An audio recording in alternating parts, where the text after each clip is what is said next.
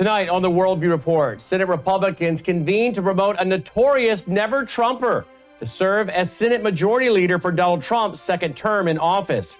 Trump continues to rile the D.C. swamp with his anti-establishment cabinet picks, but one in particular has them in full panic mode. Trump is also expected to name a special envoy to end the Russia-Ukraine war as quickly as possible. The FBI arrests a CIA man allegedly responsible for leaking Israel's battle plan against Iran. And the Biden-Harris regime's FDA has given the green light to advance a new self-amplifying mRNA injection marketed as a vaccine for bird flu. All these stories and more as the Worldview Report begins right now.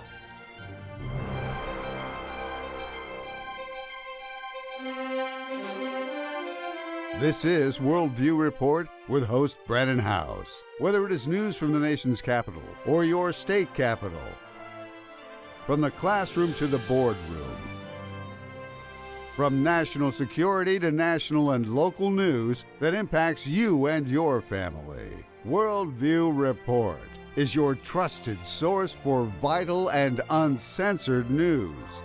And now, here is Brannon Howse. Good evening and welcome to the Worldview Report. Senate Republicans have once again, in stunning fashion, thumbed their noses at President Trump and his 73 million voters by refusing to choose a supporter of the president's America First agenda as the Senate Majority Leader. Instead, they elected never-Trumper John Thun as their next leader. That means President Trump will face an uphill battle getting parts of his agenda through Congress.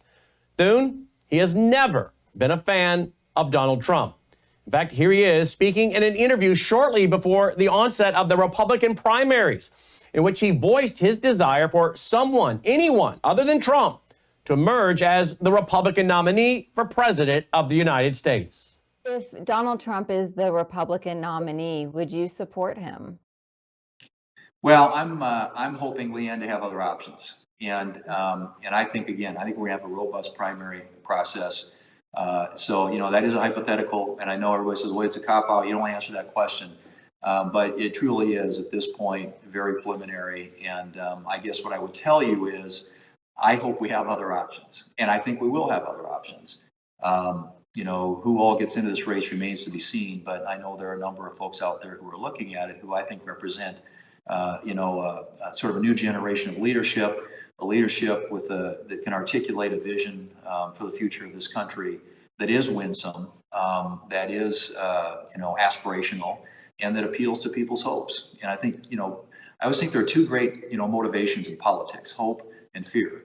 And I want to be, the party that appeals to people's hopes and not preys on their fears. And I think those types of candidates are starting to enter this conversation, and I think you'll see more of that. And so I'm hopeful that we'll have options. In opting for Thun as their leader, Senate Republicans rejected public overtures from allies of the president-elect, who backed Senator Rick Scott of Florida for this all-important job. Thun, he won in a secret ballot vote of 29-24, beating out opposing candidates Senator John Cornyn, another Trump-hating Republican from Texas, and then there was Senator Rick Scott of Florida. The 63-year-old Thun will succeed aging Senate Minority Leader Mitch McConnell of Kentucky, who has led his chamber's Republicans since 2007 and is the longest-serving Senate party leader in U.S. history. Thun, in many ways, is a younger clone of Mitch McConnell. In fact, he's often among the first in line to show support for the policies favored by the deep state and their three-letter agencies and the military-industrial complex. The Senate Majority Leader is one of the most powerful people in Washington, and soon will have an important say over Donald Trump's agenda. Thun, he will have the power to set the schedule for the Senate, which has sole control over confirmation of the cabinet and about 1,200 other high-level government jobs and the president's judicial nominees. Thun's win is even more significant because Republicans, they regain control of the upper chamber in the November 5th election, putting the GOP on track to hold total control over Congress and the White House for the next 2 years. But it's really not that simple. Republicans, they control Congress. But this begs the question, what wing of the Republican Party will actually hold the power? With Thun in place, there's no questions left. It's the neoconservatives, the globalist uniparty. That's who will be able to stall or block Trump's agenda. Rick Scott, he didn't even make it past the first round of voting, despite having the support of prominent Trump allies, including Tucker Carlson, Elon Musk, and Vivek Ramaswamy. President-elect Trump filled several posts in his cabinet on Wednesday, nominating Matt Gaetz, a fiery Florida GOP congressman and frequent critic of the FBI, as his attorney general, and Tulsi Gabbard, the former Democrat congresswoman from Hawaii, as his director of national intelligence. The Gaetz nomination, in particular, had the D.C. swamp in full panic mode. Trump announced the Gaetz nomination on Truth Social, calling Gaetz a deeply gifted and tenacious attorney. And he added that, quote, few things are more important than reforming the weaponization of our justice system, end quote.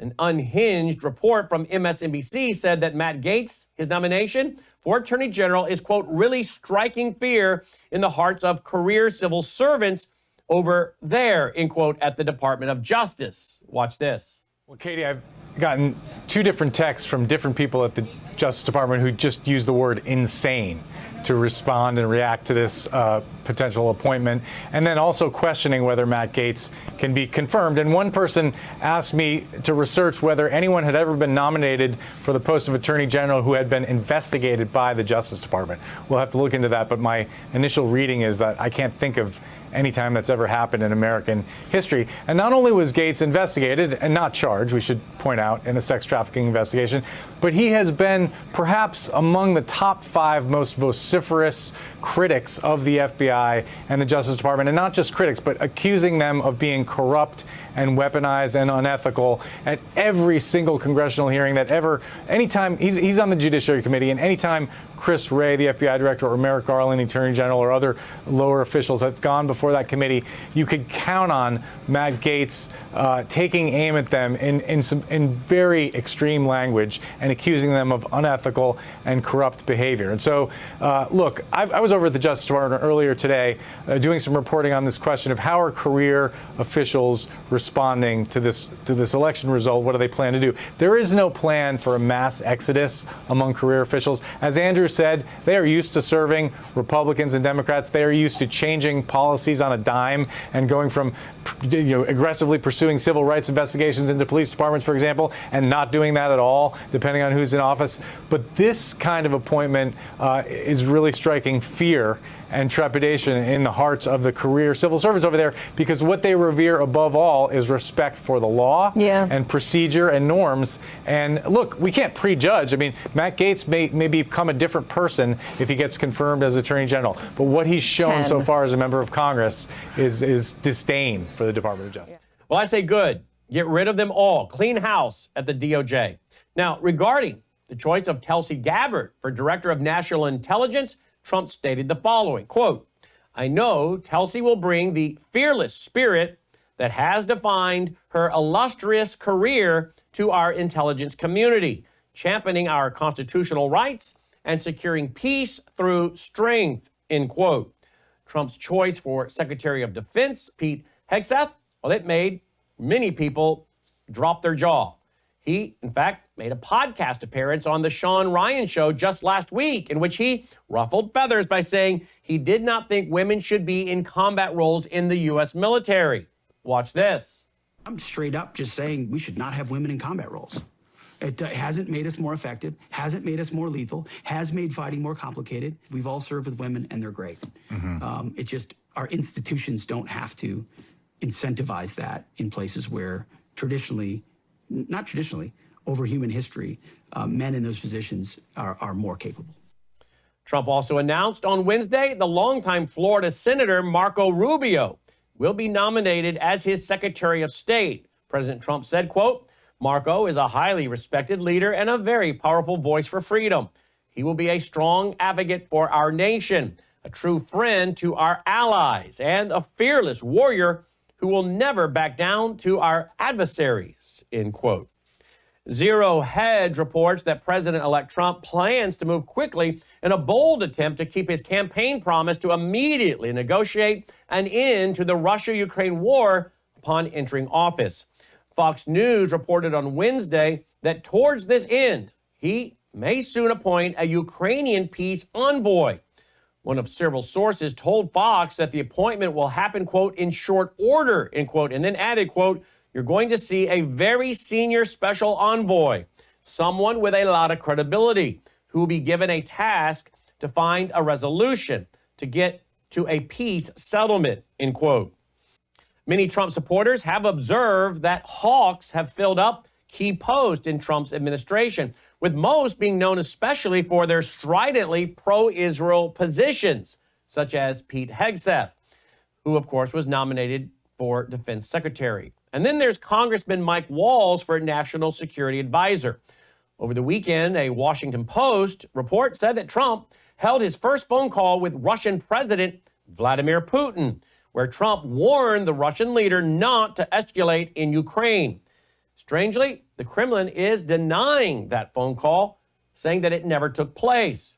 As for what a potential Trump peace plan for Ukraine might look like, the Wall Street Journal days ago revealed that a main option being considered would see a freeze on the war, which to Kiev's dismay would involve, quote, cementing Russia's seizure of roughly 20% of Ukraine, end quote, while imposing a 20-year suspension on Ukraine pursuing NATO membership. Informal Trump advisor Elon Musk responded to a report about that plan on X, writing that, quote, the senseless killing will end soon. Time is up for the warmongers, profiteers, end quote. As for who might be named special envoy for Ukraine peace, it's really anyone's guess. Most State Department veterans who have worked on the conflict are neocon war hawks. Thus, President Trump is likely to call on someone who is from outside, someone with a vision of enacting a rapid Ukraine ceasefire. But it would also likely be someone commanding respect and having influence among the Ukrainian and Russian sides. We'll keep you posted. Billionaire Ben Horowitz said in a recent interview that one of the biggest surprises of the 2024 election was how the Amish vote came out for Trump. The Amish are known as a reclusive sect that, well, generally and typically do not engage in civil affairs. But the Biden-Harris regime was so intent on using the heavy hand of government to oppose and oppress the Amish communities that they actually did something they never do. They actually registered to vote, and then they actually voted. Watch this. The thing that struck me the most on that was the Amish vote. And the thing, because I looked at it, I was like, okay, so the Amish are coming out to vote this time, which you don't think of the Amish as, they like to keep to themselves. That's their whole jam. But the Amish decided to come out and vote for Trump because the Biden administration, and this is so wild, like raided their farms because they were selling unpasteurized milk. Right. Like, so right. That's the big crime. Right. But like, yeah, fentanyl, grand theft. Well, like I work with the Vegas PD. Like grand theft auto is not actually a crime in any major city anymore, unless like it's a crime if it's, some huge auto ring. But like if it's just stealing a car, like if I steal a car and I just like ride it around, smash it into the wall or whatever, for fun, for kicks, that's not actually a crime. It's like a misdemeanor. Whereas like selling unpasteurized milk, like FBI is coming, we're raiding your ass. And so I think that was much more pervasive than I had realized. But that's, so, in tech, we've experienced that massively. There was no effort to eradicate fentanyl. The Biden-Harris regime, they seemed fine with that killer drug pouring over the border. But they were going to eradicate unpasteurized milk. In fact, they raided Amish farms with SWAT teams over this. Insanity, of course. After years of feminizing the U.S. military through DEI initiatives, a new executive order under consideration by the Trump transition team would establish a warrior board of retired senior military personnel, which would be granted the power to review 3- and 4-star officers and recommend any removal of those deemed unfit for leadership. A draft review of the executive order seen by the Wall Street Journal, well, it could fast-track generals and admirals found to be lacking in leadership qualities, given President-elect Donald Trump's past vow to purge woke generals who have promoted diversity among the ranks at the expense of military readiness. As commander-in-chief, Trump, he can fire any officer at will, but an outside board whose members he appoints would bypass the Pentagon's regular promotion system, signaling across the military that he, President Trump, commander-in-chief, intends to purge a number of generals and admirals. And before the lefties start screaming, remember, this is exactly what Obama did, purge the military of the good guys. Well, the draft order says it aims to establish a review that focuses, quote, on leadership capability, strategic readiness, and commitment to military excellence, end quote. The draft, it's ordered, originated with one of several outside policy groups that are collaborating with the transition team, and it is one of numerous executive orders under review by Trump's team. That's what a transition official told the Wall Street Journal. The board would send their recommendations to President Trump. Those identified for removal would be retired at their current rank within 30 days. Caroline Leavitt, the Trump-Vance transition spokesperson who declined to directly comment on the potential executive order, stated, quote, "The American people re-elected President Trump by a resounding margin, giving him a mandate to implement the promises he made on the campaign trail. He will deliver," end quote. Trump has called for the purging of those he views as failed generals, including those involved in the Biden administration's failed withdrawal from Afghanistan. Trump has previously said he would ask all generals involved in the withdrawal to resign by noon on Inauguration Day. We'll be right back after this break.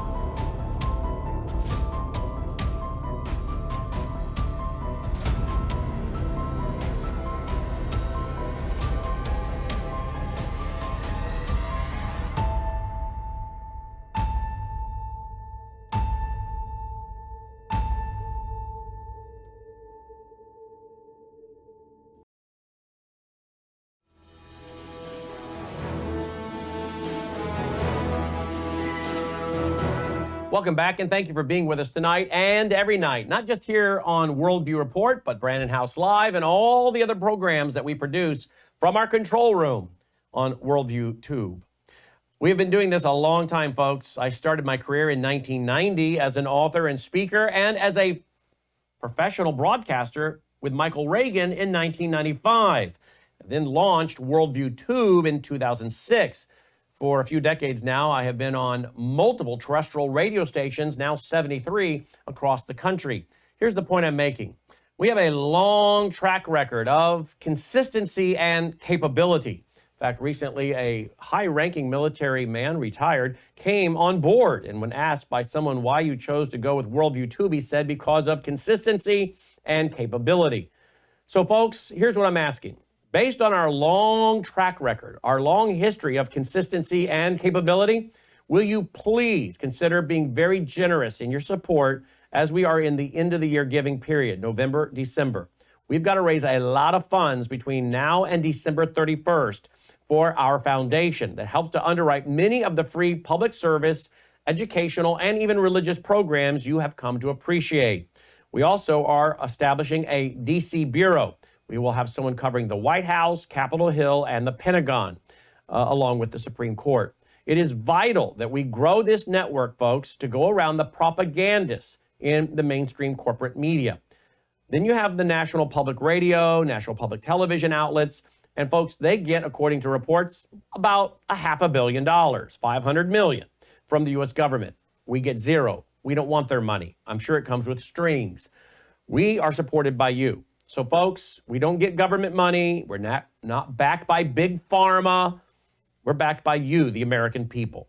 If you appreciate what we're doing as we try to apply the Christian worldview, which is the underpinning of our constitutional republic, to the area of law, science, economics, history, family, social issues, education, religion, and national security, then we need your support. We have just really, frankly, 2 years to try to secure the republic. That's before the next election, the midterm elections. And who knows what will happen then. So, 2 years.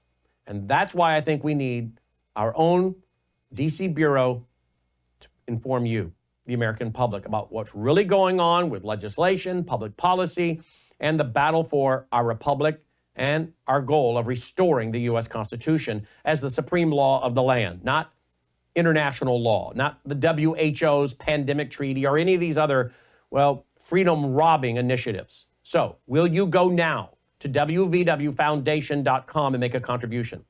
Some of you cannot support us. We get it. That's why we push out so much of our programming for free. Many of you can, and you do, and thank you. But will you support us maybe even a little deeper at this time, right now? Some of you can write checks for $1,000, $5,000, $10,000 or more. This is the time right now to write those big checks if you can do it. A lot of us coming together can make a big difference. So please, go now to WVWFoundation.com, WVWFoundation.com. Help us raise the needed funds by December 31st so we can continue moving forward with not only our plans for 2025 for the network, but also our D.C. Bureau with a White House reporter covering also the Pentagon, the U.S. Supreme Court, and Capitol Hill. You'll also find our mailing address there if you prefer to support us through the mail, WVWFoundation.com, WVWFoundation.com. Thank you.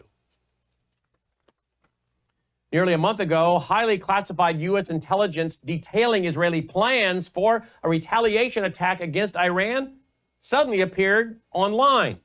The pair of documents were prepared by the National Geospatial Intelligence Agency, and the leak immediately kicked off a massive federal investigation and a hunt for the leaker. On Wednesday, federal prosecutors revealed an arrest, with the New York Times reporting that, quote, the man, Asif W. Rahman, was indicted last week in federal court in Virginia with 2 counts of willful retention and transmission of national defense information, end quote. He had worked for the U.S. government overseas and is being charged with 2 counts of violating the Espionage Act. The Times has followed with an update identifying the man as a CIA official. Rahman was apprehended by the FBI in Cambodia on Tuesday and has been brought to federal court in Guam, where he will be charged. The Times added, quote, court documents said Mr. Rahman held a top secret security clearance with access to sensitive, compartmentalized information, which is typical for many CIA employees who handle classified materials, end quote. It also remains unclear what he was doing in Cambodia at the time of his arrest. More than a week after the leaks first appeared, Israeli media indicated that national decision makers had delayed the timing of the planned retaliatory attack on Iran due to the leak, given one of the documents detailed Israeli placements and movements of missiles and defense assets. Well, now it is time for our nightly Worldview Report commentary. Michael Snyder reports that the U.S. is accusing Russia of preparing to cut undersea cables, which carry internet traffic all over the world. Interestingly enough, Russia is accusing Western powers of preparing to do the exact same thing. In some cases, Snyder reports that these undersea cables literally stretch from one continent to another. So it is impossible to guard them. That means they are an extremely vulnerable target, according to Snyder. And he warns that it is probably just a matter of time before someone decides to attack these cables. Snyder notes in his report, if the undersea cables that connect one global superpower to the internet get hit, they will probably start cutting key undersea cables that connect their enemies to the internet. Needless to say, he writes, quote, Such a scenario would have the potential to turn apocalyptic very rapidly, end quote. According to CNN, U.S. officials are warning that there has been increased Russian military activity around key undersea cables. In fact, a U.S. government official told CNN, quote, "We are concerned about heightened Russian naval activity worldwide and that Russia's decision calculus for damaging U.S. and allied undersea critical infrastructure may be changing. Russia is continuing to develop naval capabilities for undersea sabotage, mainly through GUGI, a closely guarded unit that operates surface vessels, submarines, and naval drones," end quote. Well, let's not forget that the U.S. and U.K. are already under suspicion for having conducted their own underwater sabotage of critical Russian infrastructure, and they allegedly blew up the Nord Stream 2 gas pipeline. And the Russians, they are suggesting that it is actually the U.S. and the U.K. that are preparing to start attacking undersea internet cables serving Russia. An ally of Vladimir Putin has accused the U.S. and the U.K. of intending to sabotage underwater internet cables and planning to destabilize the maritime energy trade. In reporting, the comments made by the Telegram channel Crimean Wind posted, quote, "It would be funny, but such statements often sound like a cover for their own intentions," end quote. So, who is really telling the truth? It's actually impossible to know. But we do know this, that these undersea internet cables are incredibly important. They are the physical infrastructure that connects the digital world. Hundreds of fiber optic cables, some no thicker than garden hoses, they're laid across the ocean floor. And they enable real-time global transmission of data and communication signals. In fact, these cables facilitate around, 99% of internet traffic, as well as the telephone calls, data transfers, and other telecommunications that enable modern life to function. So, what would happen if all of the undersea cables connecting a particular country to the internet suddenly got cut off? Communications, well, they would go down. People would lose access to phone calls, video, messages, and, of course, streaming services. E-commerce would be affected. ATMs, they would not work. And the stability of financial networks, they would be at risk. In fact, power grids, transmission networks, and water networks, they also could be affected. In fact, it could take months to repair the cables. Snyder concludes, quote, "Over the past 2 decades, our entire economy has become exceedingly dependent on the internet. If we were suddenly cut off from the rest of the globe, there would be widespread economic chaos," end quote. This is, of course, something I have been warning about for years. And all I can say is prepare accordingly, right? Well, that does it for this edition of the Worldview Report. As always, thank you for tuning in and supporting the broadcast. And again, please remember us in your end-of-the-year giving. I'm going to be hammering this very hard the rest of November and December because it is that crucial. It's that crucial to our continuation and to our growth to serve you as a long-trusted, incredible news outlet. So please, go right now, if you would please, to wvwfoundation.com and make a contribution. wvwfoundation.com. You'll also find our mailing address there if you prefer to support us through the mail. Another way you can support us is by going to worldviewtube.com/vault. worldviewtube.com/vault. That's also a big part of our broadcast and ministry budget. There you'll find over 20 years archived of my radio show, TV show, ebooks, audiobooks, my Worldview curriculum, documentaries, and 21 years of my Ozarks Worldview Weekend keynote presentations by a plethora of qualified, incredible speakers, all available to you. Timeless content on Hamas. I have an 11 one-hour series on Hamas, Muslim Brotherhood, Hamas, that's right here in the U.S. Grave Influence, the 21 radicals ruling America from the grave. Put Your Beliefs to the Test, a whole series on how to apply a Christian worldview to all areas of life and why it matters. These are timeless series that you and your family need, and they're available right now on demand at worldviewtube.com/vault. If you join at the 1-year membership, for just $95.88. That is a big part of our budget, so thank you. But you'll also be able to live stream one of our next big upcoming events, which is on Saturday night, February 22nd. We have a live studio audience at a theater here in the Mid-South that will feature Colonel Rob Maness, J.J. Carroll, and Todd Bensman. Topics will include national security, the border crisis, and the terrorists among us. You'll be able to live stream it on Saturday night, February 22nd, if you have a one-year membership. You can find out more at worldviewtube.com/vault, worldviewtube.com/vault. Thank you for supporting us in these two ways. Till next time, I'm Brannon Howse. May God save America. Take care.